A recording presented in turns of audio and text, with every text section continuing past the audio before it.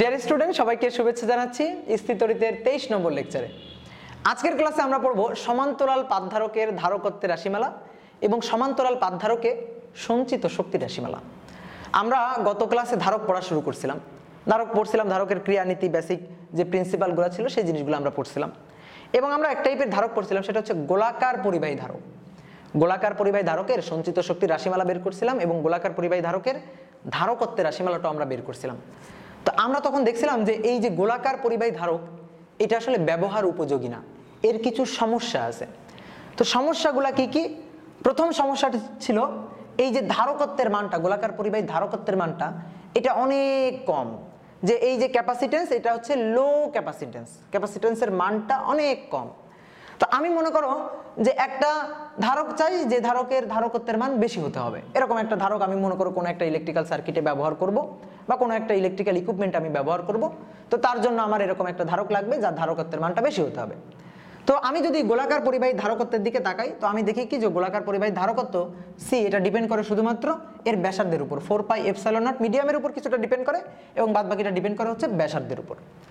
তো আমি যদি বেশি মানের ধারক চাই, তাহলে এই গোলকের ব্যাসার্ধের মানটা বাড়াইতে হবে। তো ব্যাসার্ধের মানটা বাড়াইলে কি গোলকটা বড় হবে। এখন এত বিশাল একটা গোলক আমি কি কোনো একটা সার্কিটে ব্যবহার করতে পারবো? আমার মনে করো যন্ত্র হচ্ছে এতটুকু একটা যন্ত্র, এতটুকু একটা ইলেকট্রিক্যাল ইকুইপমেন্ট।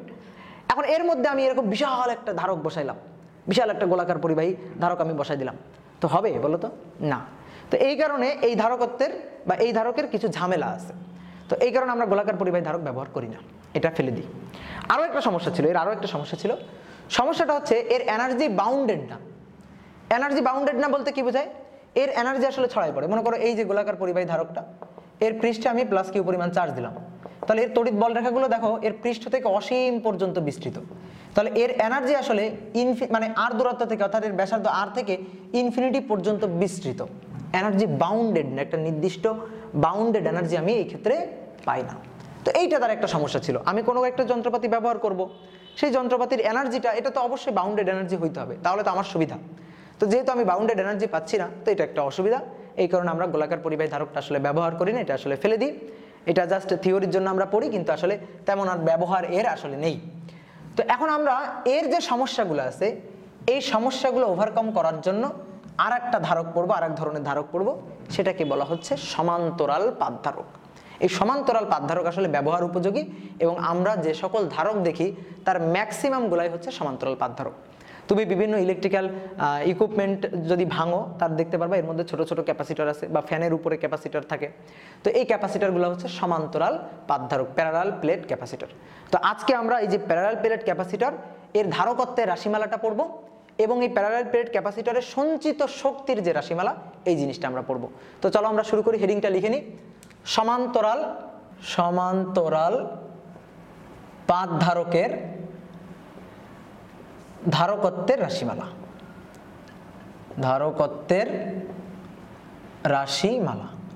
এইটা হচ্ছে আজকের আমাদের পড়ার টপিক। তো আমরা একটা সমান্তরাল পাতধারক কিভাবে তৈরি করতে পারি?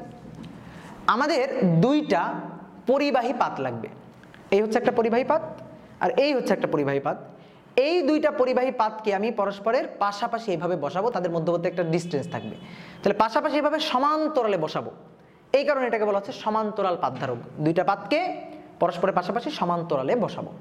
এই দুইটা পাত হবে পাতলা পুরুত্বের এবং সেম ক্ষেত্রফলের। এই পাতের ক্ষেত্রফল যদি এ হয়, এই পাতের ক্ষেত্রফল হবে এ। তাহলে দুইটা সেম ক্ষেত্রফলের পাত আমি পরিবাহী পাত পাশাপাশি বসায় একটা সমান্তরাল পাতধারক তৈরি করব। একটু চিত্র আঁকি। এইটা হচ্ছে একটা পাতলা পুরুত্বের পাত, এই। আর ঠিক এর পাশে সমান্তরালে আর একটা পাতলা পুরুত্বের পাত আমি এখানে বসাই দিব। এটার ক্ষেত্রফল যা হবে এটার ক্ষেত্রফলও তাই হবে, দুইটার ক্ষেত্রফল কিন্তু সেম। এটা কিন্তু একটা শর্ত।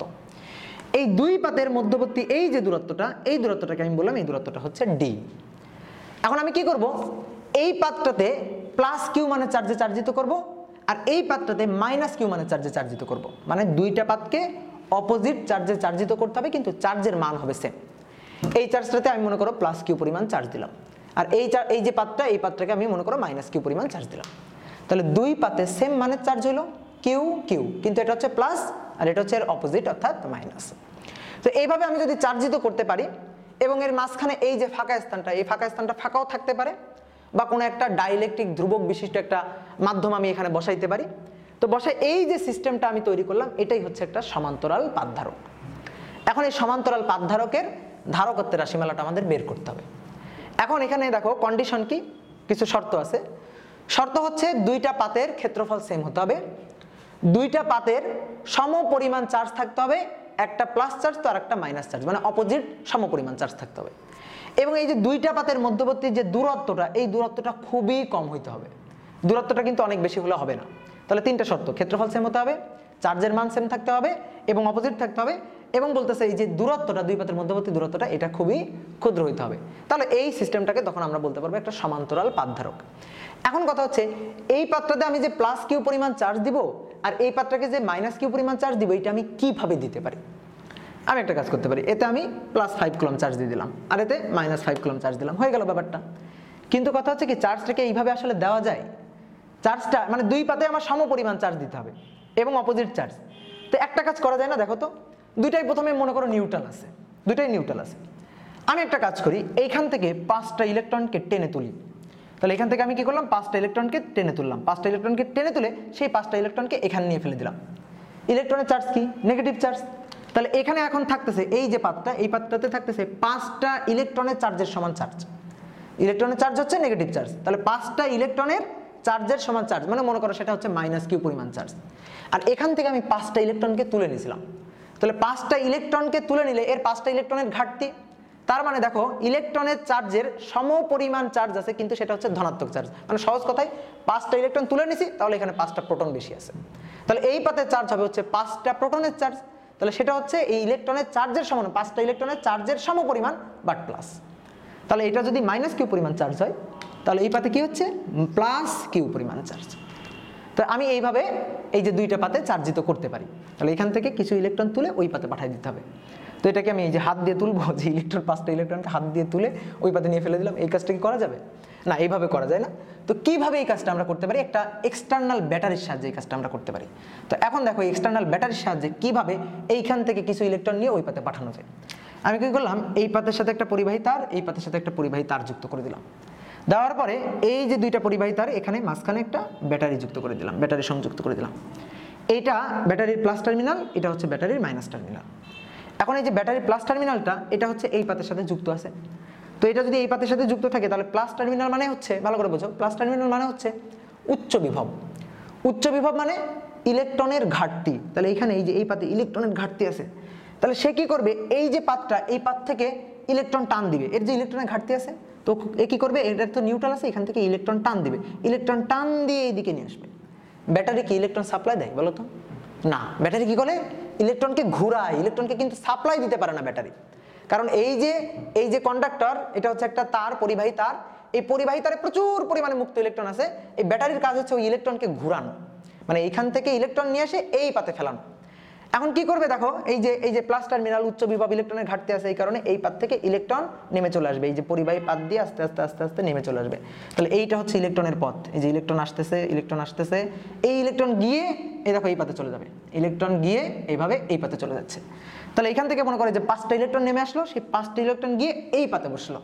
এখন তোমার মনে হতে পারে এই পাত থেকে আবার এই পাতে চলে আসবে, এই পাত থেকে এই পাতে কেমনে আসবে, মাঝখানে তো ফাঁকা, এই পাত থেকে তো আর এই পাতে আসতে পারবে না, দুইটা পাতের মাঝখানে ফাঁকা আছে। তো ফাঁকা থাকলে তো এই পাত থেকে আর এই পাতে ইলেকট্রন আসতে পারতেছে না। তাহলে কি হচ্ছে, এই পাত থেকে যাচ্ছে আর জমা হচ্ছে কোথায়, এই পাতে।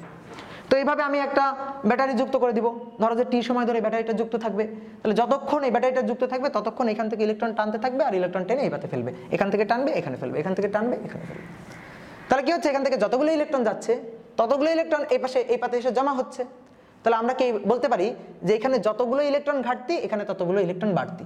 তাহলে এই পাতে যদি +q পরিমাণ চার্জ হয় তাহলে অবশ্যই এই পাতে হচ্ছে -q পরিমাণ চার্জ। তাহলে এই পাতে প্লাস চার্জ এবং ওই যে পাতটা, ওই পাতে মাইনাস চার্জ, সেম পরিমাণ, চার্জের মান সমান কিন্তু অপোজিট। তাহলে এইভাবে আমি দেখো এই যে দুইটা পাতকে চার্জিত করলাম। এখন এই যে চার্জিত করার পরে এই যে ক্ষেত্রটা বা এই যে সিস্টেমটা, এটাকে আমরা বলতেছি একটা সমান্তরাল পাতধারক। এখন আমাদের কি করতে হবে, যেহেতু একটা সমান্তরাল পাতধারক বলতেছি তাহলে এর অবশ্যই একটা ধারকত্বের মান আছে এবং সেই ধারকত্বের মানটা আমাদের বের করতে হবে। তা আমরা গত ক্লাসে ধারকত্বের সূত্র কিন্তু পড়ছিলাম। গত ক্লাসে ধারকত্বের সূত্র কি ছিল দেখো তো, C = Q/V। কিউ এর মান বসাই দিব, ভি এর মান বসাই দিব, বসাই দিয়ে এখান থেকে ধারকত্ব সি এর মানটা আমরা বের করে ফেলবো। তা আমরা দেখো তো এখান থেকে বের করতে পারি কিনা। তুমি দেখো নিচে বসাইতে হবে হচ্ছে ভি। বলো তো ভি এর পরিচয়টা কি? বিভব। কোথাকার বিভব? কোথাকার বিভব? এই পাতের বিভব। দেখো গোলাকার পরিবাহী ধারকের ক্ষেত্রে কি ছিল? এই হচ্ছে গোলাকার পরিবাহীটা, এই পরিবাহীর পাতে এই পরিবাহীর পৃষ্ঠে কিউ পরিমাণ চার্জ ছিল। আর এই যে বিভবটা, এই বিভবটা হচ্ছে এই গোলাকার পরিবাহীর পৃষ্ঠের বিভব, পৃষ্ঠের এই বিন্দুর বিভবটা হচ্ছে ভি। তাহলে এর পৃষ্ঠে কতটুকু চার্জ আছে, এইটাকে আমি যদি এর পৃষ্ঠের বিভব ভি দিয়ে ভাগ দিই, তাহলে আমি এই গোলাকার পরিবাহীর জন্য ধারকত্বের মান সি পেয়ে যাচ্ছিলাম, তাই না? তাহলে এইখানে আমরা এই ভি এর পরিচয়টা কি বলবো? যে এই পাতের বিভব এটা বলবো? না, এটা আসলে বলবো না। এখানে আসলে বিভব না রে ভাই, এটা আসলে বিভব পার্থক্য হবে। বিভব বলে আসলে আমরা কোনো কিছু পরিমাপ করি না, আমরা সর্বদাই বিভব পার্থক্যটাই পরিমাপ করি। এখন তুমি বলতে পারবো কেন এখানে যে বিভব ছিল? না, ওটাও বিভব পার্থক্য ছিল। কেমনে এটা? দেখো আমি বলছিলাম যে অসীমের সাপেক্ষে অসীমে কোনো বিন্দুর বিভব ভি ইনফিনিটি, এই যে এই গোলাকার পরিবাহী এতে চার্জ আনছিলাম কোত্থেকে? অসীম থেকে চার্জ আনছিলাম, যে অসীম থেকে ধরে ধরে ধরে ধরে চার্জকে আনছিলাম। তাহলে অসীমের বিভব কত হয়? শূন্য। ভি ইনফিনিটি হচ্ছে শূন্য। তাহলে এর সাপেক্ষে এর পৃষ্ঠের কোনো বিন্দুর যে বিভব পার্থক্য, মানে এটা আসলে বিভব না, ডেল ভি, বিভব পার্থক্য। তাহলে ব্যাপারটা দেখো, Q divided by del V, এই বিন্দুর বিভব হচ্ছে ভি মাইনাস অসীমের বিভব ভি ইনফিনিটি, ভি ইনফিনিটি হচ্ছে শূন্য। তাহলে ব্যাপারটা কি থাকতেছে? কিউ ডিভাইডেড বাই ভি হচ্ছে। এইখান থেকে হচ্ছে যে কিউ ডিভাইডেড বাই ভি। আসলে কি এখানে আমি ভি নিয়ে কাজ করছিলাম? না, ডেল ভি নিয়ে কাজ করছিলাম। তাহলে ব্যাপারটা হচ্ছে সূত্রে এই যে পরিচয়টা, এটা হচ্ছে Q divided by del V, ওটা আসলে বিভব পার্থক্য, বিভব না। কি এটা? বিভব পার্থক্য। ক্লিয়ার হয়েছে ব্যাপারটা? তাহলে এখানে আসলে আমাদের বিভব পার্থক্য বসাইতে হবে। এবার বলো তো, তাহলে সমান্তরাল পাতধারকে এখানে বিভব পার্থক্যটা কোথা থেকে কোথার বিভব পার্থক্য? এই যে এই পাত আর এই পাত, এই যে দুইটা পাত, এই দুই পাতের বিভব পার্থক্যটা আমার এখানে বসাইতে হবে। বুঝতে পারছি? দেখো এই পাতে প্লাস কিউ পরিমাণ চার্জ, এই পাতে মাইনাস কিউ পরিমাণ চার্জ, একটা হচ্ছে প্লাস চার্জ মাইনাস চার্জ, তাহলে দুই পাতের মধ্যে একটা বিভব পার্থক্য তৈরি হবে। সেই বিভব পার্থক্যটা নিয়ে আমার এখানে বসাইতে হবে, তারপরে হিসাব নিকাশ করে ধারকত্বের মানটা আমাদের বের করতে হবে। বোঝা গেছে ব্যাপারটা?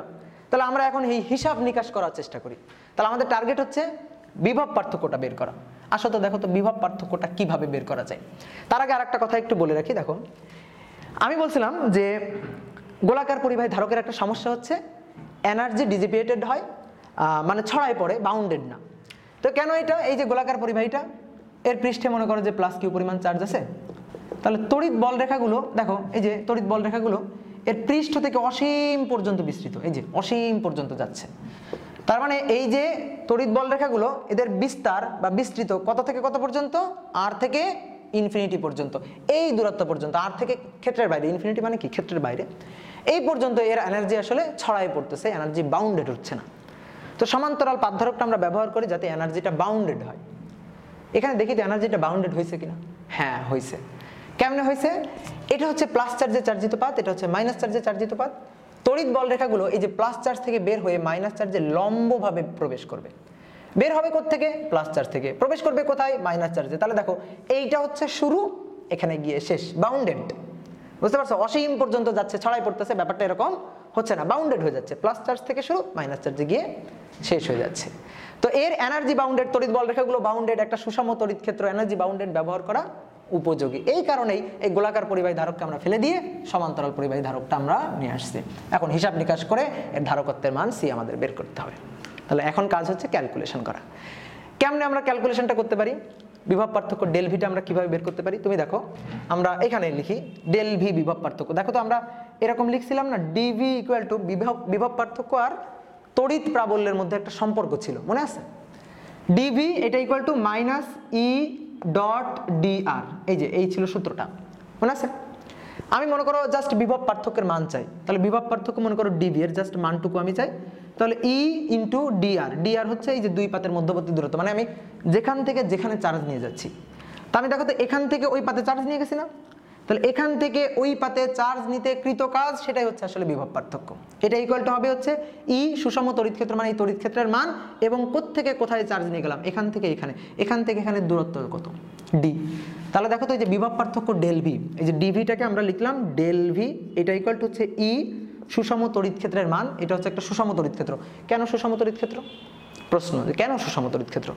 দেখো এটা যতটুকু প্লাস চার্জের পাত ঠিক ততটুকু মাইনাস চার্জের পাত, দুই পাতের ক্ষেত্রফল সেম। এখান থেকে যতগুলো তড়িৎ বল রেখা বের হবে ওখানে ঠিক ততগুলো তড়িৎ বল রেখায় প্রবেশ করবে। তাহলে আমি যদি বলি এই যে মাঝখানের এই যে পয়েন্টটা, এই যে ক্ষেত্রটা, তড়িৎ ক্ষেত্রটা, এই ক্ষেত্রটা কেমন তড়িৎ ক্ষেত্র? সুষম একটা তড়িৎ ক্ষেত্র। বোঝা গেছে ব্যাপারটা? তাহলে সুষম তড়িৎ ক্ষেত্রের মান ইনটু দুই পাতের মধ্যবর্তী দূরত্ব। আমি এখান থেকে এখানে চার্জ নিয়ে গেছি, তাহলে চার্জ কোত্থেকে কোথায় নিয়ে গেছি? এখান থেকে এখানে, দূরত্ব কত? ডি, তাহলে ই ইন্টু ডি। তাহলে ডেল ভি বিভব পার্থক্য হবে ই ইন্টু ডি। এখন আমাদের ই এর মানটা বসাইতে হবে, তড়িৎ প্রাবল্যের মানটা বসাইতে হবে। তাহলে বলো তো, এই যে দুইটা সমান্তরাল পাত, এই সমান্তরাল পাতের মাঝখানে এই সুষম তড়িৎ ক্ষেত্রের মানটা কত? এই যে ই এর মানটা কত? আমি তোমাদের বের করা শিখাইছিলাম। একটু চিন্তা ভাবনা করো, কোথায় শিখছো? এই অধ্যায় এত কিছু পড়ছো, আসলে মনে থাকা একটা টাফ ব্যাপার, কিন্তু মনে রাখতে হবে ভাই, তোমাদের বইতে দিছে, পড়তে তো হবে অবশ্যই। তো একটা পরিবাহী পাত, একটা মনে করো সারফেস চার্জ, এটা কি সারফেস চার্জ না? তো সারফেস চার্জের জন্য পৃষ্ঠ থেকে একটা নির্দিষ্ট দূরত্বে তড়িৎ প্রাবল্যের সূত্রটা আমরা গাউসের সূত্র পড়ার সময় শিখছি। দেখো তো মনে পড়ে কিনা? এরকম একটা এই যে পরিবাহী পাত, এই পরিবাহী পাতে মনে করো যে চার্জ দেওয়া আছে, ঠিক আছে, চার্জ দেওয়া আছে।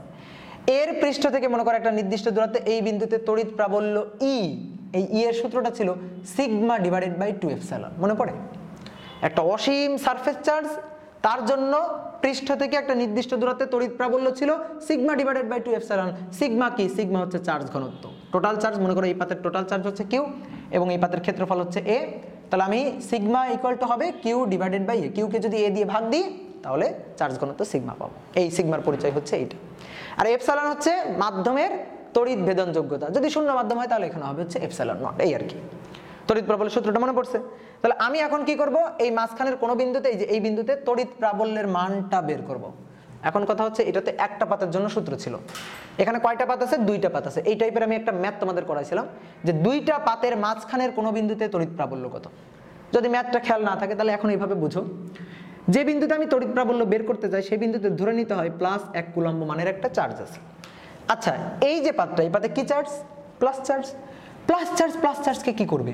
বিকর্ষণ করবে, তাহলে ধাক্কা দিবে এইদিকে। এইটা হচ্ছে এই পাতের জন্য এই বিন্দুতে তড়িৎ প্রাবল্যের ডিরেকশন E1। এই পাতে কি চার্জ? Minus charge. এই মাইনাস চার্জ প্লাস চার্জকে কি করবে? আকর্ষণ করবে, টানবে এইদিকে। তাহলে এর জন্য যদি এই বিন্দুতে আমি তড়িৎ প্রাবল্যের দিক চিন্তা করি তাহলে এটা হবে হচ্ছে এইদিকে, এটা হচ্ছে E2। তাহলে E2 যেদিকে দেখো E1ও সেই দিকে।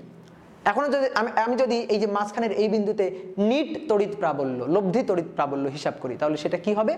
লব্ধি তড়িৎ প্রাবল্য ই, লব্ধি তড়িৎ প্রাবল্য ই, এটা ইকুয়াল টু হবে হচ্ছে E1 প্লাস E2, দুইটার যোগফল, কারণ দুইটা একই দিকে। ঠিক আছে, দুইটা একই দিকে, তাহলে দুইটার যোগফল। এখন আমি মান বসাই। E1 মানে হচ্ছে, দেখো এই পাতের চার্জ ঘনত্ব সিগমা, এই পাতেরও চার্জ ঘনত্ব সিগমা। কেন হয়? দুই পাতের চার্জের পরিমাণ সেম, দুই পাতের ক্ষেত্রফলও সেম, তাহলে সিগমা ইকুয়াল টু হচ্ছে কিউ ডিভাইডেড বাই এ। তাহলে দুই পাতের চার্জ ঘনত্ব কিউ, সিগমা যেটা, সেটাও তো সেম হবে। বোঝা গেল? তাহলে আমরা E1 এর সূত্রটা লিখতে পারি sigma divided by 2 epsilon, plus E2 কি হবে? E2 হবে সিগমা ডিভাইডেড বাই 2 এপসাইলন। তাহলে এইটা আর এটা যোগ করলে 2 সিগমা ডিভাইডেড বাই 2 এপসাইলন, একবার আমরা লিখতে পারি সিগমা ডিভাইডেড বাই এপসাইলন। তো এইটা হচ্ছে লব্ধি তড়িৎ প্রাবল্য। লব্ধি তড়িৎ প্রাবল্য পেয়ে গেছি আমরা। এখন এইখানে অনেকের একটা প্রশ্ন থাকতে পারে। প্রশ্নটা হচ্ছে, ভাই আপনি এই যে সূত্রটা খাটাইলেন এটা কিন্তু অসীম সারফেস চার্জের জন্য ছিল, এটা কি অসীম সারফেস চার্জ? না, এর তো একটা নির্দিষ্ট ক্ষেত্রফল আছে। এই যে সারফেসটা, এই সারফেসটা তো অসীম বিস্তৃত একটা ক্ষেত্রফল না, তাহলে তার জন্য এই যে সূত্রটা আপনি খাটাইলেন এটা কি ঠিক হইল? হ্যাঁ, ঠিক হইল না আসলে। কিন্তু ব্যাপারটা দেখো, আমি প্রথমে একটা শর্ত তোমাদের বলেই দিয়েছিলাম যে ডি এর মান, এই দুই পাতের মধ্যবর্তী দূরত্বের মান হবে অনেক কম। এই দূরত্বটা এতই কম হবে, মানে এটাকে আমরা এইভাবে লিখতে পারি, এই যে ডি, এটা হবে অনেক অনেক কম। কার তুলনায়? ক্ষেত্রফলের তুলনায়, দুই পাতের ক্ষেত্রফলের তুলনায়। যদি দুই পাতের ক্ষেত্রফলের তুলনায় ডি এর মানটা অনেক কম হয় তাহলে মাঝখানের কোনো বিন্দু এই পাতের জন্য, মানে মাঝখানের কোনো বিন্দুতে প্রাবল্য, সেই প্রাবল্যের সূত্রটা এই পাতটাকে একটা অসীম সারফেস চার্জ হিসেবে কাউন্ট করে নিয়ে আমরা বের করতে পারি।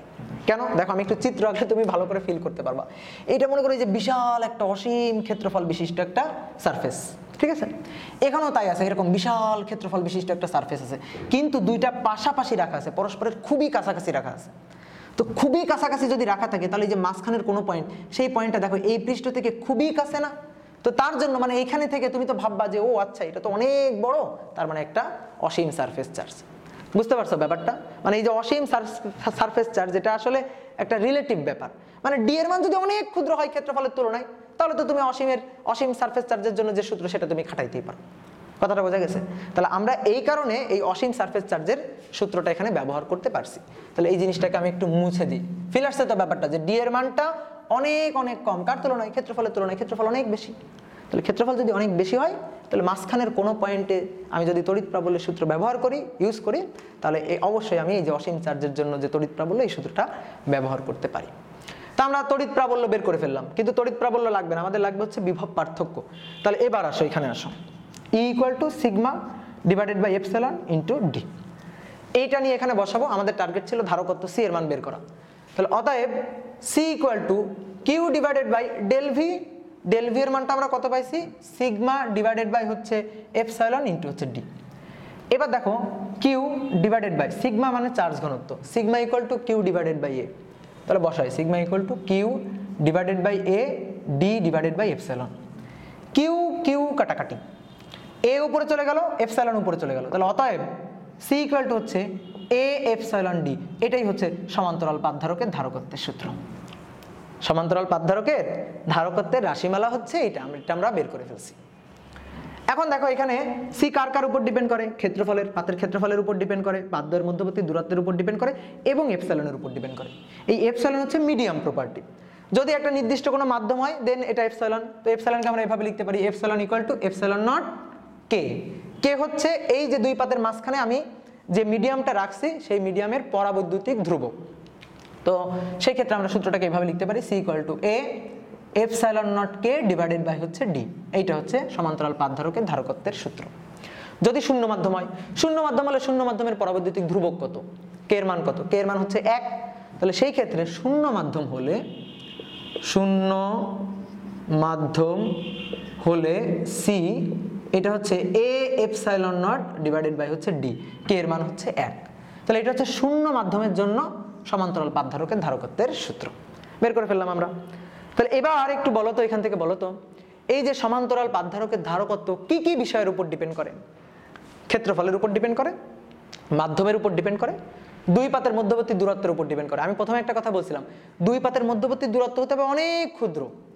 যত ক্ষুদ্র হবে ধারকত্বের মান তত বাড়বে। তো এই জিনিসটাকে আমরা একটু নোট করি।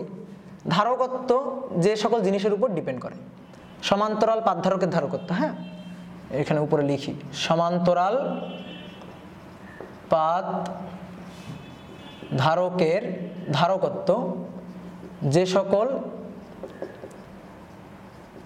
বিষয়ের উপর নির্ভর করে।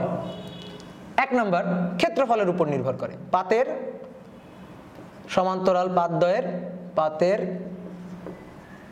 ক্ষেত্রফলের উপর নির্ভর করে। কেমন সম্পর্ক? ক্ষেত্রফলের সাথে কেমন সম্পর্ক? সমানুপাতিক সম্পর্ক। দেখো সি সমানুপাতিক হচ্ছে এ। মনে করো ডি এবং এপসিলন নট কনস্ট্যান্ট ফিক্স। দেন আমি যদি ক্ষেত্রফলকে দ্বিগুণ করি ধারকত্ব দ্বিগুণ হবে, ক্ষেত্রফলকে 4 গুণ করলে ধারকত্ব 4 গুণ হবে, ক্ষেত্রফলকে অর্ধেক করলে ধারকত্ব অর্ধেক হবে। তাহলে সম্পর্কটা কেমন? সম্পর্কটা হচ্ছে সি সমানুপাতিক এ, সমানুপাতিক সম্পর্ক। 2 নম্বরটা হচ্ছে পাতদ্বয়ের মধ্যবর্তী দূরত্বের উপর নির্ভর করে। দূরত্বের উপর নির্ভর করে। কিভাবে নির্ভর করে? কেমন সম্পর্ক? সমানুপাতিক নাকি ব্যস্তানুপাতিক? ব্যস্তানুপাতিক। এ এবং এপসিলন যদি ফিক্সড হয় দেন ডি এর সাথে সি এর সম্পর্ক ব্যস্তানুপাতিক। তাহলে সি সমানুপাতিক 1 ডিভাইডেড বাই ডি। দুই পাতের মধ্যবর্তী দূরত্বকে যদি আমি দ্বিগুণ করে ফেলি ধারকত্ব অর্ধেক হয়ে যাবে। বুঝতে পারছো? এই দূরত্ব দ্বিগুণ করে ফেলছি, অনেক বড়, ধারকত্ব অর্ধেক হয়ে যাবে। দূরত্বকে যদি আমি অর্ধেক করে ফেলি ধারকত্ব দ্বিগুণ হয়ে যাবে। ব্যস্তানুপাতিক সম্পর্ক। আর একটা জিনিসের উপর ডিপেন্ড করে, সেটা হচ্ছে মাধ্যমের উপর। মাধ্যমের উপর কিভাবে ডিপেন্ড করে? দেখো এই যে দুইটা পাত, এই দুইটা পাতের মধ্যবর্তী এই যে ফাঁকা স্থানটা, এখানে যদি আমি কোনো পরাবৈদ্যুতিক ধ্রুবক বিশিষ্ট মাধ্যম রাখি সেক্ষেত্রে ধারকত্বের মান বেড়ে যাবে। সূত্র দেখো, সি এ এপসিলন নট কে। কে এর মান আমি যদি ফাঁকা স্থান রাখি তাহলে সেই ক্ষেত্রে কে এর মান হচ্ছে 1। এবার আমি মনে করো যে এখানে এমন একটা মাধ্যম রাখলাম যার ক্ষেত্রে পরাবৈদ্যুতিক ধ্রুবক কে এর মান হচ্ছে 5। তাহলে ধারকত্ব কত গুণ হবে? 5 গুণ হবে। কে এর মান 1 এর জন্য ধারকত্বের মান যা, কে এর মান 5 এর জন্য ধারকত্বের মান আগের চেয়ে 5 গুণ হচ্ছে। তাহলে মাঝখানে আমি যদি কোনো পরবৈদ্যুতিক ধ্রুবক বিশিষ্ট মাধ্যম বসাই তাহলে সেই ক্ষেত্রে ধারকত্বের মানটা বাড়তেছে। তো এই কারণে বলতেছে মাধ্যমের উপর। তো পাতদ্বয়ের মধ্যবর্তী ফাঁকা স্থানে পরাবৈদ্যুতিক ধ্রুবক বিশিষ্ট কোনো মাধ্যম রাখলে ধারকত্বের মান বাড়বে। ধারকত্বের মান বাড়বে এইটা। তাহলে এই তিনটা জিনিসের উপর ধারকত্ব ডিপেন্ড করে। আচ্ছা, ধারকত্ব কি কিউ বা ভি এর উপর ডিপেন্ড করে না? চার্জের উপর বা বিভব পার্থক্যের উপর ডিপেন্ড করে না? না, সমান্তরাল বাঁধধারকের ধারকত্ব চার্জের উপর বা বিভব পার্থক্যের উপর ডিপেন্ড করে না। অনেকের কাছে মনে হতে পারে এই যে এই সূত্র সি কিউ এর উপর ডিপেন্ড করে, ডেল ভি এর উপর ডিপেন্ড করে। না, আসলে সি হচ্ছে কনস্ট্যান্ট, সি হচ্ছে ফিক্সড। তুমি যদি কিউ এর মানটা বাড়াও তাহলে বিভব পার্থক্য ডেল ভি এর মানটা বাড়বে, কিন্তু আলটিমেটলি অনুপাতটা সেম থাকবে। তুমি মনে করো এই যে দুই পাতে চার্জের মান বাড়াইলা, চার্জের মান যদি তুমি বাড়াও তাহলে বিভব পার্থক্য দুই পাতের মধ্যবর্তী যে বিভব পার্থক্য ডেল ভি এটাও বাড়বে। তো এটা তুমি যে হারে বাড়াবা, কিউটা তুমি যে হারে বাড়াবা, ডেল ভিটা সেই হারে বাড়বে, আলটিমেটলি অনুপাতটা সেম থাকবে। আমি একটা উদাহরণ দিয়ে বুঝাই। মনে করো কিউ এর মান হচ্ছে 4 একক আর ডেল ভি এর মান হচ্ছে 2 একক। তাহলে অনুপাত কত? এই যে কাটাকাটি করো, অনুপাত কত? 2। এবার 4কে তুমি দ্বিগুণ করলা, মানে চার্জকে তুমি দ্বিগুণ করলা। চার্জকে যদি দ্বিগুণ করো তাহলে বিভব পার্থক্য আগে যা ছিল সেটাও দ্বিগুণ হয়ে যাবে।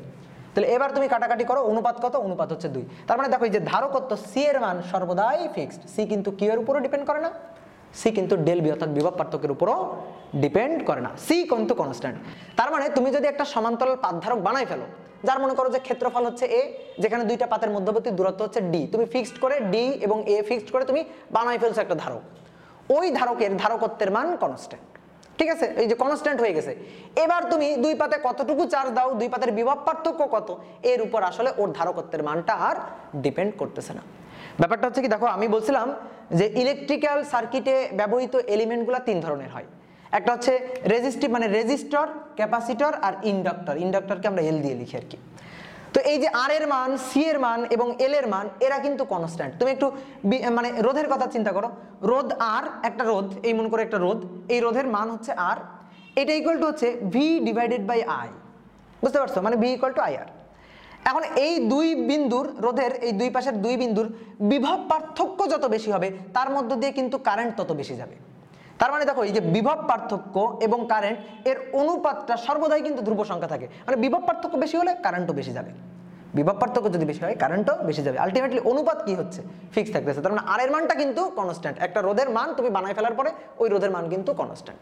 ঠিক তেমনি একটা সমান্তরাল পাতধারক বানাই ফেলার পরে ওর ধারকত্বের মান কিন্তু কনস্ট্যান্ট। বুঝতে পারছো ব্যাপারটা? তাহলে এই জিনিসটা একটু মাথায় রাখবা। তাহলে ধারকত্ব কি কি জিনিসের উপর ডিপেন্ড করে এইটা আমরা দেখলাম।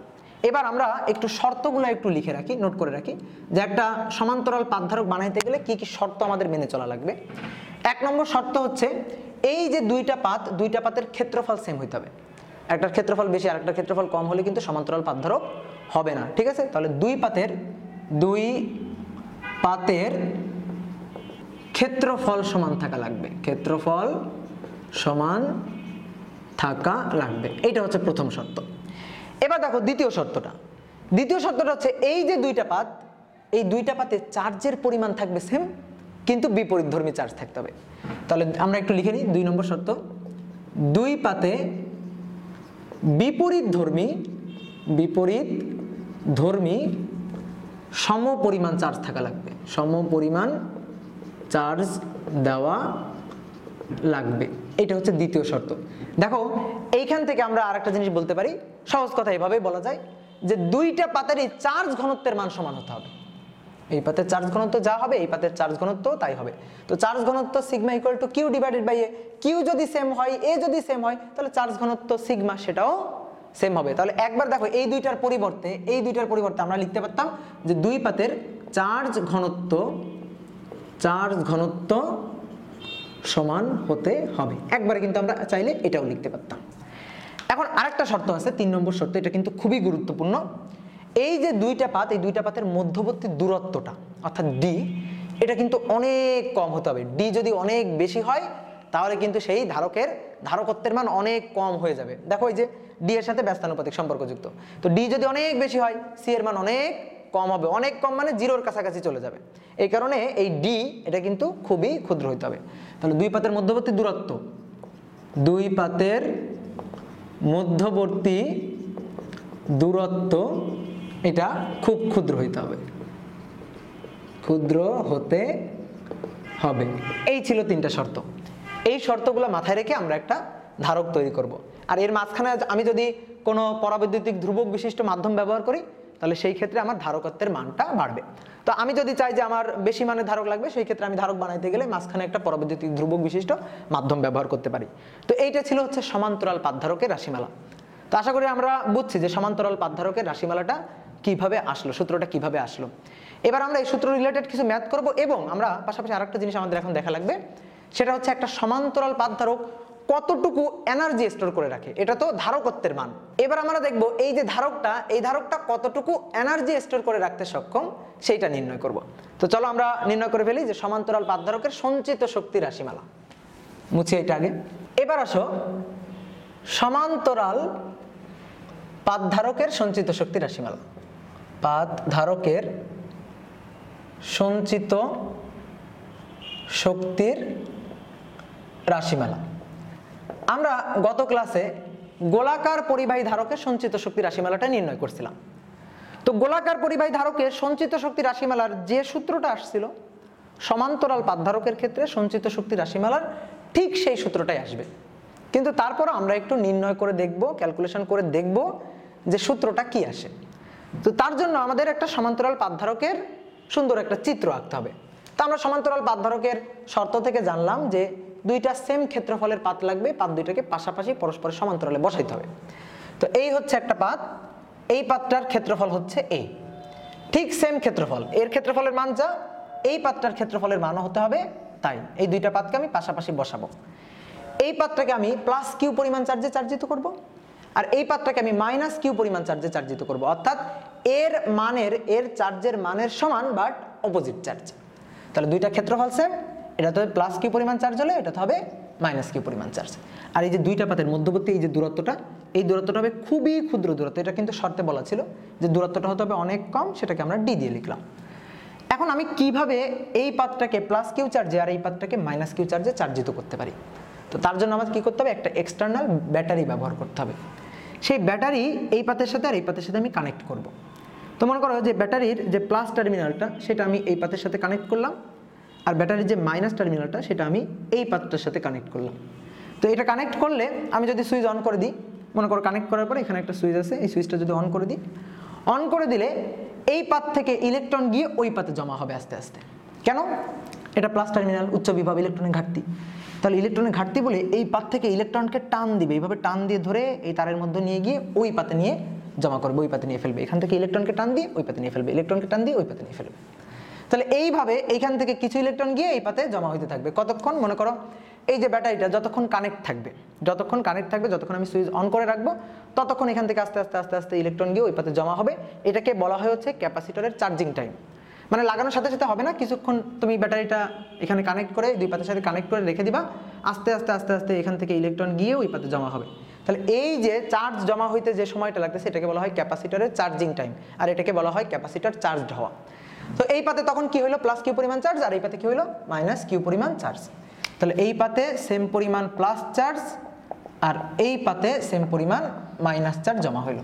তাহলে তখন কি হবে, এখানে একটা সুষম, মাঝখানের এই যে অঞ্চলটা, এখানে একটা সুষম তড়িৎ ক্ষেত্র তৈরি হবে। এখান থেকে তড়িৎ বল রেখা বের হয়ে লম্বভাবে এই যে মাইনাস চার্জের পাতে প্রবেশ করবে। এটা হচ্ছে সমান্তরাল পাতধারকের চিত্রটা ছিল বা গঠনটা ছিল।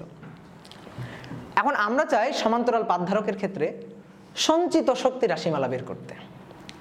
সঞ্চিত শক্তি রাশিমালাটা কি, কোত্থেকে আসে? এটা সঞ্চিত শক্তি রাশিমালাটা আসে হচ্ছে কৃতকাজ থেকে। কি করতে কৃতকাজ? চার্জ স্থানান্তর করতে কৃতকাজ। আমরা এখন চার্জ স্থানান্তর করছি কিভাবে? এই যে এখান থেকে ইলেকট্রন নিয়ে এই পাতে নিয়ে জমা করছি, তাহলে এখান থেকে আসলে চার্জ নিয়ে আসছি না, চার্জ স্থানান্তর করছি না। কে করছে? এই যে ব্যাটারিটা করছে, ব্যাটারির সাহায্যে এই কাজটা আমি করছি, এক্সটার্নাল এজেন্ট এই কাজটা করছে। তো এর জন্য যতটুকু কাজ হবে চার্জ স্থানান্তরে, এক্সটার্নাল এজেন্ট মানে আমার দ্বারা যতটুকু কাজ হবে, এই কাজটাই এই ধারকের মধ্যে সঞ্চিত শক্তি হিসেবে জমা থাকবে। আমার এই সঞ্চিত শক্তির মানটা বের করতে হবে। তাহলে চার্জ স্থানান্তরে কৃত কাজ, ধরো এই পাত থেকে কিউ পরিমাণ চার্জ গিয়ে ওই পাতে জমা হয়েছে, ব্যাপারটা এরকম যে এই পাত থেকে কিছু ইলেকট্রন গিয়ে তো এই পাতে জমা হয়েছে, তো ধরো যে কিউ পরিমাণ চার্জ গিয়ে ওই পাতে জমা হয়েছে, তো কিউ পরিমাণ চার্জ স্থানান্তরে কৃত কাজ ডাব্লিউ, ডাব্লিউ ইকুয়াল টু কি ভি, ভি মানে ডেল ভি আর কি, ডেল ভি ইন্টু হচ্ছে কিউ।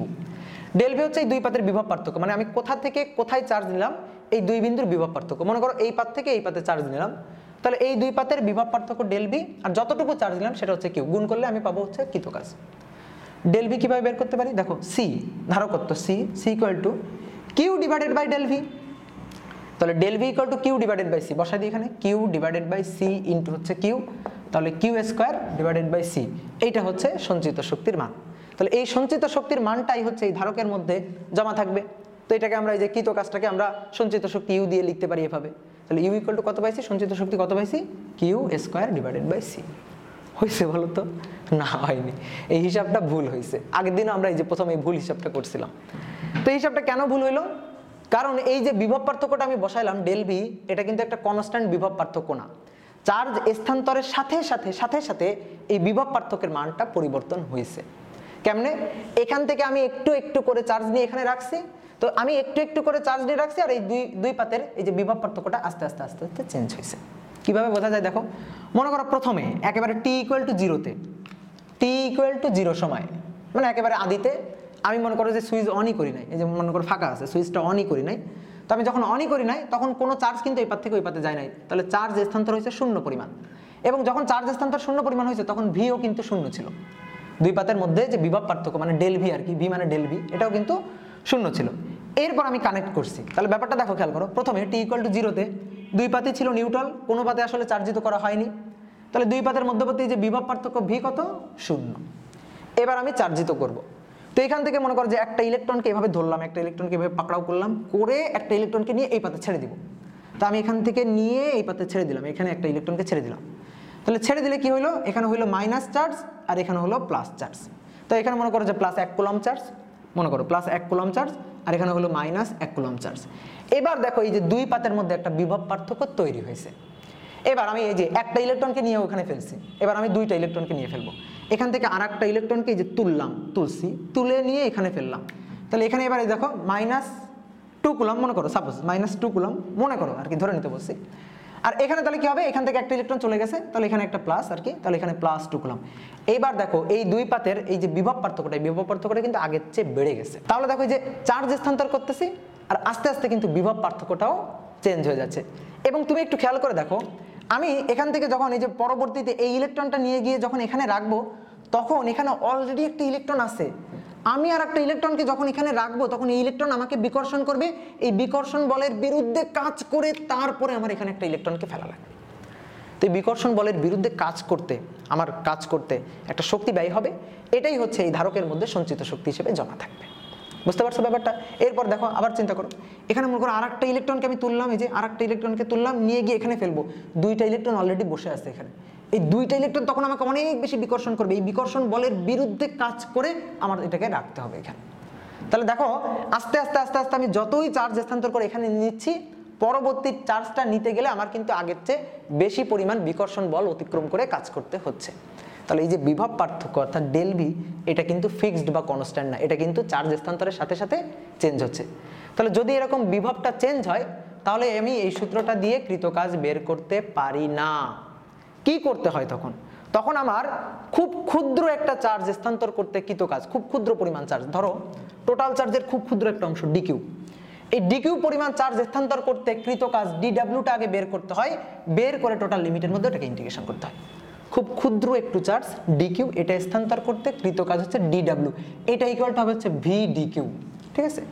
এটা আমি বের করব, এটা বের করার পরে এটাকে ইন্টিগ্রেশন করলে আমি টোটাল কৃতকাজ ডাব্লিউ পাবো, তাহলে ডাব্লিউ হবে হচ্ছে এই যে ডিডব্লিউ কে ইন্টিগ্রেশন। তাহলে আবার একটু বলি, যদি বিভব পার্থক্যটা পরিবর্তনশীল হয় তখন চার্জ স্থানান্তরে কৃতকাজটা বের করতে গেলে খুবই ক্ষুদ্র একটু চার্জ এইটা স্থানান্তর করতে খুবই ক্ষুদ্র একটু কৃতকাজ ডিডব্লিউ বের করতে হয়, তারপরে টোটাল লিমিটের মধ্যে সেটাকে ইন্টিগ্রেশন করে টোটাল কৃতকাজটা বের করতে হয়। তাহলে ডাব্লিউ ইকুয়াল টু হবে ইন্টিগ্রেশন অফ ডিডব্লিউ, তাহলে integration of V D Q. দেখো লিমিটটা আগে একটু আমরা নিয়ে নিই, টি ইকুয়াল টু জিরোতে কিউ ছিল জিরো, কোনো চার্জ স্থানান্তর হয়নি। এবার টি ইকুয়াল টু টি টাইমে ধরো আমি এই ক্যাপাসিটারটাকে টি সময় ধরে চার্জিং করছি, তাহলে কি টি সময় ধরে চার্জ করলে একটা নির্দিষ্ট সময় পর একটা নির্দিষ্ট চার্জ জমা হবে। ধরো যে কিউ ইকুয়াল টু হচ্ছে কিউ, তাহলে টি ইকুয়াল টু টি সময় কিউ ইকুয়াল টু কিউ পরিমাণ চার্জ জমা হলো, তখন ভি ইকুয়াল টু হচ্ছে ভি। ব্যাপারটা বুঝতে পারছো? তাহলে এখান থেকে দেখো এই যে এখানে আমি লিমিট বসাবো 0 থেকে ডি কিউ এর সাপেক্ষে, তাহলে 0 থেকে কিউ পরিমাণ চার্জ। এবার এখানে আমাদের বসাতে হবে ভি। এই ভি ইকুয়াল টু দেখো তো কত, C equal to Q divided by V, তাহলে ভি ইকুয়াল টু হচ্ছে কিউ ডিভাইডেড বাই সি। তাহলে এখানে আমরা বসাই দিই এই যে ভি এর পরিবর্তে বসাবো Q divided by C D Q integration of 0 থেকে কিউ, এটা হচ্ছে লিমিট, চার্জের লিমিট। 1/c, এই যে 1/c এটা বাইরে গেল, সি কিন্তু ধ্রুবক, সি ধ্রুবক বলে বাইরে আসলো। আমি বলছিলাম যে একটা ক্যাপাসিটরকে তুমি এ ক্ষেত্রফলের ডি দূরত্বের, দুইটা পাতের মধ্যবর্তী ডি দূরত্বের যদি একটা ক্যাপাসিটর তুমি তৈরি করো, তাহলে তার ধারকত্বের মান কিন্তু ফিক্সড, এটা কিন্তু কনস্ট্যান্ট। সি ইকুয়াল টু কি হবে, A epsilon divided by D, এটা হচ্ছে ধারকত্বের মান, এটা কিন্তু কনস্ট্যান্ট। দেখো এ এর উপর, ডি এর উপর আর মাধ্যমের উপর ডিপেন্ড করতেছে, মধ্যবর্তী যে মিডিয়ামটা তার উপর ডিপেন্ড করতেছে। তাহলে এটা কনস্ট্যান্ট বলে বাইরে চলে আসলো। কি থাকলো, কিউ ডি কিউ থাকলো। কিউ ডি কিউ কে ইন্টিগ্রেশন করলে Q square divided by 2, limit বসবে এই যে 0 আর কিউ। তাহলে আমি একবার কিউ বসাবো, 0 বসালে তো 0, তাহলে এখান থেকে আমরা পাচ্ছি half Q square divided by C. এটা হচ্ছে ধারকের সঞ্চিত শক্তির সূত্র, এটা এই যে সমান্তরাল পাত ধারকের সঞ্চিত শক্তির সূত্র হচ্ছে এটা। এখন এই সূত্রটাকে আমরা আরো দুইটা ফরম্যাটে লিখতে পারি। কিভাবে দেখো, C equal to Q divided by V, তো এই যে সি এর মানটা আমি এখানে বসাই দিব, বসাই দিলে কি পাই দেখো, এই যে ইউ এটা equal to half Q square, C equal to হচ্ছে কিউ ডিভাইডেড বাই ভি। তাহলে ভি উপরে চলে যাচ্ছে, কিউ স্কয়ার কিউ কাটাকাটি করে একটা কিউ থাকতেছে, তাহলে অতএব ইউ ইকুয়াল টু হচ্ছে হাফ কিউ ভি। এইটা হচ্ছে আর একটা সূত্র, এভাবে আমরা লিখতে পারি। আরো একটা ফরম্যাটে লেখা যায়, আমরা এখান থেকে যে C equal to Q divided by V পাইছি, কিউ ইকুয়াল টু কত বলো তো, এখান থেকে কিউ ইকুয়াল টু কত, সি ভি না? এইটা আমি যদি এখানে বসাই দিই, এখানে যদি আমি বসাই দিই যে ইউ এটা ইকুয়াল টু হাফ কিউ এর মান সি ভি, তাহলে C square V square divided by C, তাহলে উপরে সি স্কয়ার নিচে সি কাটাকাটি করে ইউ ইকুয়াল টু হবে হাফ সি ভি স্কয়ার। এই হচ্ছে আর একটা সূত্র। তো এই হচ্ছে তিনটা সূত্র। রোধের ক্ষেত্রে তোমরা 9 10 একটা জিনিস পড়ে আছে, দেখো তো মনে পড়ে কিনা, যে পাওয়ার পি মানে ডাব্লিউ ইকুয়াল টু হচ্ছে পি টি, এটা ইকুয়াল টু হচ্ছে ভি আই টি, এটা ইকুয়াল টু হচ্ছে আই স্কয়ার আর টি, এটা ইকুয়াল টু হচ্ছে ভি স্কয়ার ডিভাইডেড বাই আর টি, মনে আছে? 9 10 পড়ে আসা। রোধের ক্ষেত্রে এটা, রোধের ক্ষেত্রে কৃত কাজ, রোধের মধ্য দিয়ে যদি তড়িৎ প্রবাহিত হয় সেই ক্ষেত্রে কৃত কাজটা। তো এটা সমান সমান এটা ছিল, দেখো এই যে একবার হচ্ছে ভি আর আই এর সাথে, একবার হচ্ছে আই এবং আর এর সাথে, একবার হচ্ছে ভি এবং আর এর সাথে, ঠিক তেমনি মানে এখানে সূত্র হচ্ছে আগে যেমন V equal to I R ছিল, ঠিক আছে, ভি আই আর, আর এখানে হচ্ছে C equal to Q divided by V. তাহলে একবার হচ্ছে কিউ এবং ভি এর মাধ্যমে, একবার হচ্ছে কিউ এবং সি এর মাধ্যমে, একবার হচ্ছে সি এবং ভি এর মাধ্যমে, মানে সূত্রটাকে আমরা এইভাবেই লিখছি। তো এইটা ছিল হচ্ছে ধারকের সঞ্চিত শক্তির সূত্র। তাহলে একবারে যদি আমরা লিখি তাহলে ইউ ইকুয়াল টু হবে হাফ সি ভি স্কয়ার, এটা ইকুয়াল টু হবে হাফ কিউ ভি, এটা ইকুয়াল টু হবে হচ্ছে half Q square divided by C. এইটা হচ্ছে আমাদের সূত্র। এখন এখান থেকে আমরা আর একটা জিনিস বের করব, সেটা হচ্ছে ধারকের শক্তি ঘনত্ব বা একক আয়তনে সঞ্চিত শক্তি। সমান্তরাল একটু লিখে ফেলি আমরা, সমান্তরাল পাত ধারকের একক আয়তনে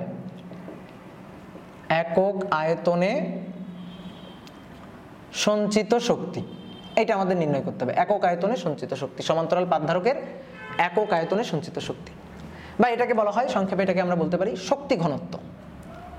শক্তি ঘনত্ব, তো এটাকে আমরা ছোট ইউ দিয়ে প্রকাশ করি, এই যে ছোট হাতের ইউ দিয়ে প্রকাশ করি। এটা ইকুয়াল টু হবে মোট সঞ্চিত শক্তি, তাকে আমরা ভাগ দিব হচ্ছে মোট আয়তন দিয়ে। মোট আয়তন হচ্ছে ভি, এই ভি কিন্তু আয়তন। দেখো কিভাবে, এই যে দুইটা পাত আছে, এই দুইটা পাতের, এই পাতের ক্ষেত্রফল হচ্ছে এ এবং মধ্যবর্তী দূরত্ব হচ্ছে ডি। তাহলে এই যে ফাঁকা স্থানটা অর্থাৎ ধারকের মধ্যবর্তী এই যে জায়গাটা, এই জায়গাটার আয়তন হচ্ছে এ ইন্টু ডি। এই যে ভি, ভি হচ্ছে আয়তন, এই ভি ইকুয়াল টু হচ্ছে এ ইন্টু ডি, ঠিক আছে, এটা হচ্ছে আয়তন। আয়তন, তো এখন আমাদের কি করতে হবে, এই আয়তনে মোট সঞ্চিত শক্তি তো এটা, আমার এখন কি করতে হবে, এই আয়তনের একক আয়তনে কতটুকু সঞ্চিত শক্তি এটাই বের করতে হবে, আর এটাকে বলা হচ্ছে শক্তি ঘনত্ব। তাহলে আমরা কি করতে পারি, টোটাল সঞ্চিত শক্তিকে আয়তন দিয়ে ভাগ দিতে পারি। তাহলে টোটাল শক্তি হচ্ছে half C V square divided by total আয়তন এ ডি। এখন দেখো হাফ সি এর মানটা আমরা বসাই দিই, সি ইকুয়াল টু হচ্ছে A epsilon divided by D V square divided by হচ্ছে এডি। আমি কি করলাম, সি এর মানটা জাস্ট আমি বসাই দিলাম। এখন দেখো এ আর এ কাটাকাটি যাচ্ছে, কাটাকাটি গেলে থাকতেছে half epsilon V square divided by হচ্ছে ডি স্কোয়ার। এটাকে আমরা একবার এভাবে লিখতে পারি, ভি ডিভাইডেড বাই ডি তার বর্গ। এই ভি কিন্তু বিভব পার্থক্য, হ্যাঁ। তাহলে দেখো তো এই যে বিভব পার্থক্য এটা equal to E into D ছিল না? তো এই যে বিভব পার্থক্য যদি আমি ভি লিখি তাহলে V equal to E into D, তাহলে E equal to V divided by D, তাই না? তাহলে এটা দেখো V divided by D, V divided by D মানে কত, ই। তাহলে half epsilon E square. E হচ্ছে সুষম তড়িৎ ক্ষেত্রের মান, মানে এই ধারকের মাঝখানে সুষম তড়িৎ ক্ষেত্রের মান, আর এপসাইলন হচ্ছে মাধ্যমের তড়িৎ ভেদন যোগ্যতা। তাহলে শক্তি ঘনত্ব ছোট হাতের ইউ এটা ইকুয়াল টু হচ্ছে হাফ এপসাইলন ই স্কোয়ার। যদি শূন্য মাধ্যম হয় তাহলে আমরা বসাবো এখানে এপসাইলন নট, আর যদি অন্য কোনো মাধ্যম হয় তাহলে আমরা বসাবো half epsilon not K E square. এইটা হচ্ছে শক্তি ঘনত্বের মান। তা আমরা এই যে সমান্তরাল পাতধারকের যতগুলো সূত্র ছিল সবগুলো সূত্র প্রতিপাদন করে ফেলছি। এখন আমাদের কাজ হচ্ছে ম্যাথ করা। তো আমরা এখন এই যে দুই একটা ম্যাথ করবো, এই সূত্রগুলো রিলেটেড দুই একটা ম্যাথ করবো। চলো, প্রথম ম্যাথটা আমাদের বলতেছে একটি সমান্তরাল পাতধারকের প্রতিটি পাতের ক্ষেত্রফল, প্রতিটি পাতের ক্ষেত্রফল 1.5 মিটার স্কোয়ার। পাতদ্বয়ের মধ্যবর্তী দূরত্ব, পাতদ্বয়ের মধ্যবর্তী দূরত্ব 2 মিলিমিটার। পাতদ্বয়ের মধ্যবর্তী ফাঁকা স্থানে কে ইকুয়াল টু 10 বিশিষ্ট কোনো পরাবৈদ্যুতিক রাখলে, মানে পরাবৈদ্যুতিক মিডিয়াম রাখলে আর কি, পরাবৈদ্যুতিক রাখলে এভাবে বলে, রাখলে এর ধারকত্বের মান কত, ধারকত্বের মান কত। রেডিমেড একটা ম্যাথ, সব ডাটা দেওয়া আছে, তুমি অ্যান্সার বের করো। তাহলে আমরা দেখলাম সমান্তরাল পাতধারকের সূত্র সি এটা ইকুয়াল টু হচ্ছে এ এপসাইলন নট কে ডিভাইডেড বাই হচ্ছে ডি। এখন মান বসাতে হবে। দুইটা পাতের প্রত্যেকটারই ক্ষেত্রফল আমাদের বলে দিছে 1.5 মিটার স্কোয়ার, তাহলে এসআই এককে দেওয়া আছে 1.5। এপসাইলন নটের মান হচ্ছে 8.854 গুণ 10 টু দি পাওয়ার -12। কে এর মান বলে দিছে 10 ডিভাইডেড বাই ডি, ডি হচ্ছে দুই পাতের মধ্যবর্তী দূরত্ব 2 গুণ 10 টু দি পাওয়ার -3 এত মিটার। এখন এখান থেকে আমরা ক্যালকুলেশন করে মানটা বের করি। 1.5 গুণ 8.854 এক্সপোনেনশিয়াল ফাংশন -12 গুণ হচ্ছে 10 ভাগ হচ্ছে 2 এক্সপোনেনশিয়াল ফাংশন -3। হিসাব করলে এখান থেকে আমরা পাবো হচ্ছে 6.64 গুণ 10 টু দি পাওয়ার -8 ফ্যারাডে। এটা হচ্ছে ধারকত্বের মান। তো এটা হচ্ছে আমাদের প্রথম ম্যাথ। এবার আমাদের পরের ম্যাথটা বলতেছে যে একটি সমান্তরাল পাতের ধারকের, একটি সমান্তরাল পাত ধারকের প্রতিটি পাত বৃত্তাকার, প্রতিটি পাত বৃত্তাকার এবং এর ব্যাসার্ধ হচ্ছে 2 সেন্টিমিটার। এটা আমাদের বলে দিছে। পাতদ্বয়ের মধ্যবর্তী দূরত্ব, পাতদ্বয়ের মধ্যবর্তী দূরত্ব এটা হচ্ছে 1 মিলিমিটার। আর পাত দুইটিকে 100 ভোল্ট বিভব পার্থক্য প্রয়োগ করলে পাতদ্বয়ে কি পরিমাণ চার্জ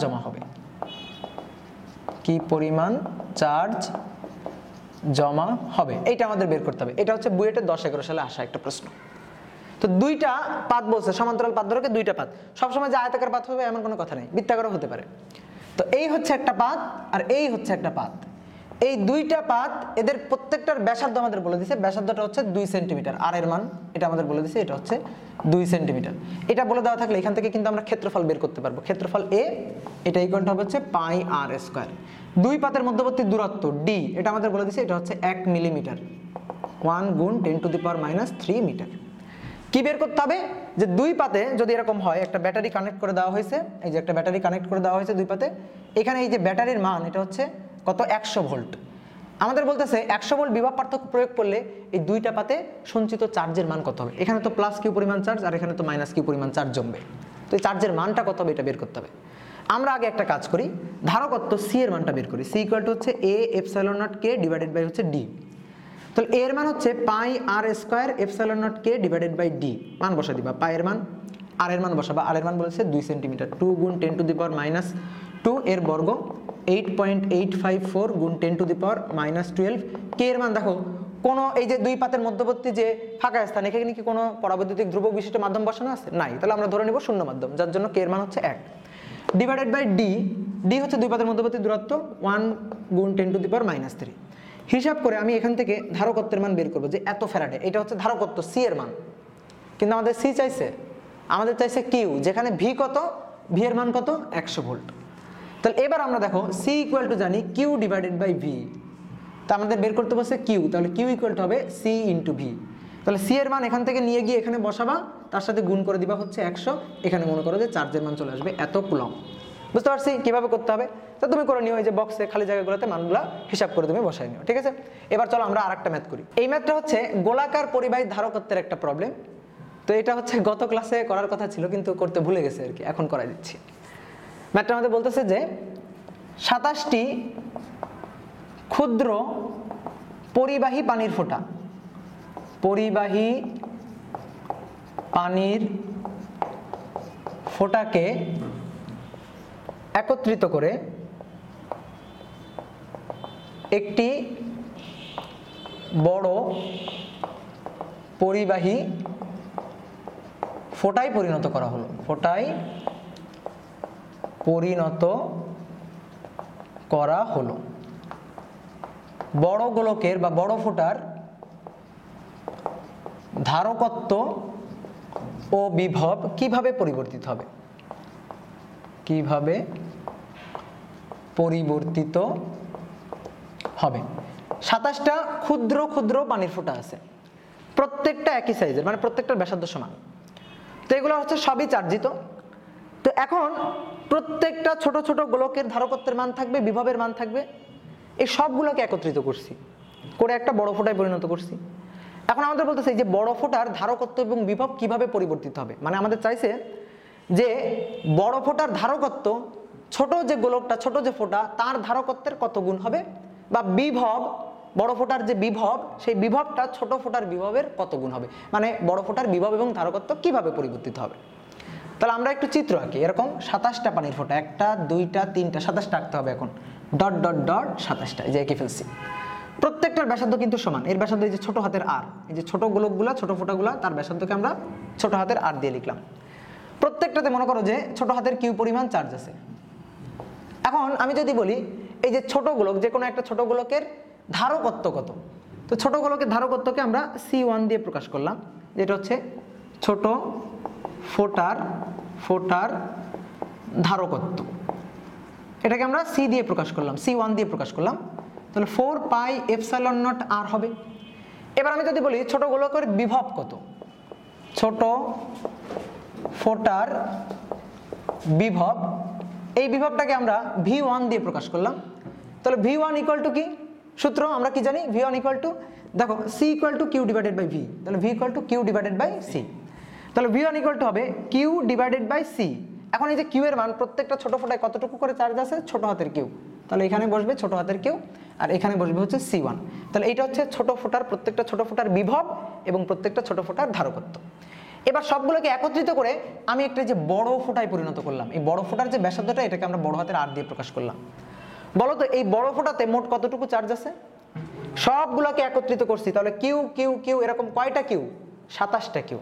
তাহলে এতে যে মোট যে চার্জটা আছে, ধরো এই মোট চার্জটাকে আমি কিউ বললাম, এই কিউ হবে হচ্ছে 27 ছোট হাতের কিউ। এখন আমার বের করতে হবে এর ব্যাসার্ধটা কত।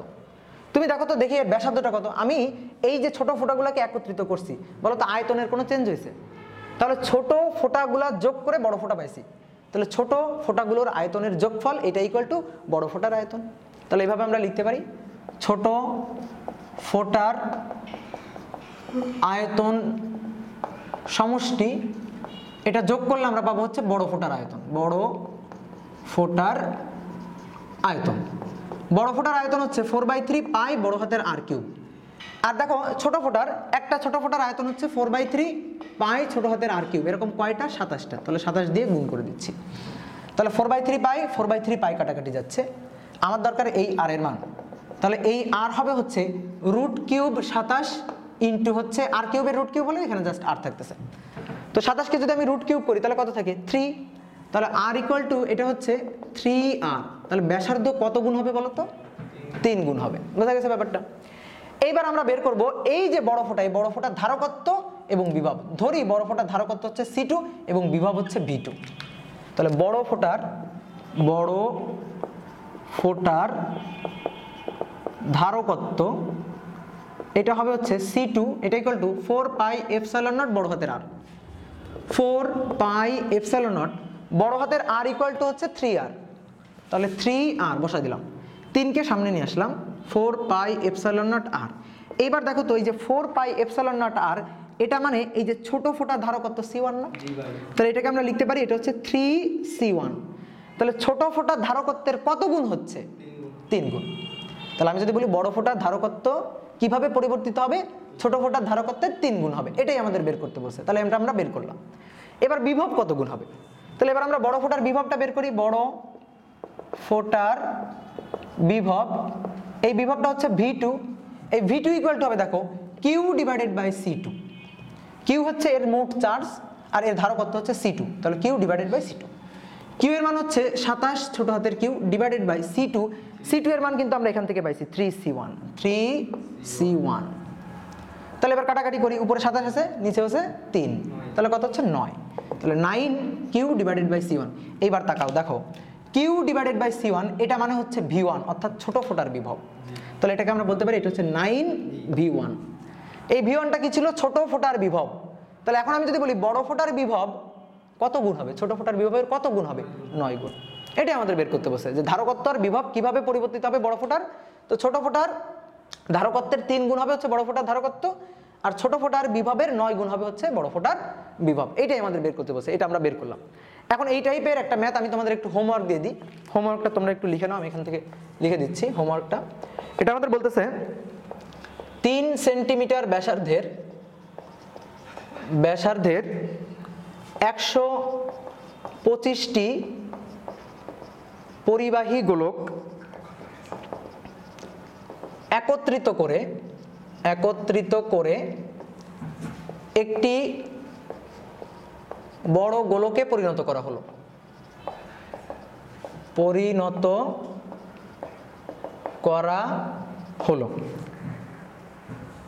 বড় ফোঁটার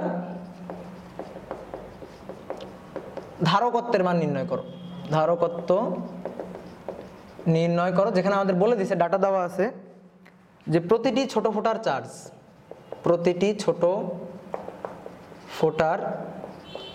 চার্জ 1.6 গুণ 10⁻⁻⁻⁰ কুলম। তাহলে বড় ফোঁটার চার্জের মান বলে দিয়ে আবার চাচ্ছে যে বড় ফোঁটার বিভব কত, এটা আমাদের বের করতে বসে। দেখো এই টাইপের ম্যাথ তুমি যদি এটা বুঝে থাকো এটা অনায়াসেই পারবা। তো এটা তোমরা বাসায় করবা। তো আজকের ক্লাসটা এই পর্যন্তই। পরের ক্লাসে, নেক্সট ক্লাসে আমরা হচ্ছে ধারকের সমবায় পড়বো, এবং ধারকের সমবায় পড়লে স্থির তড়িতের এই অধ্যায়টা আমাদের শেষ।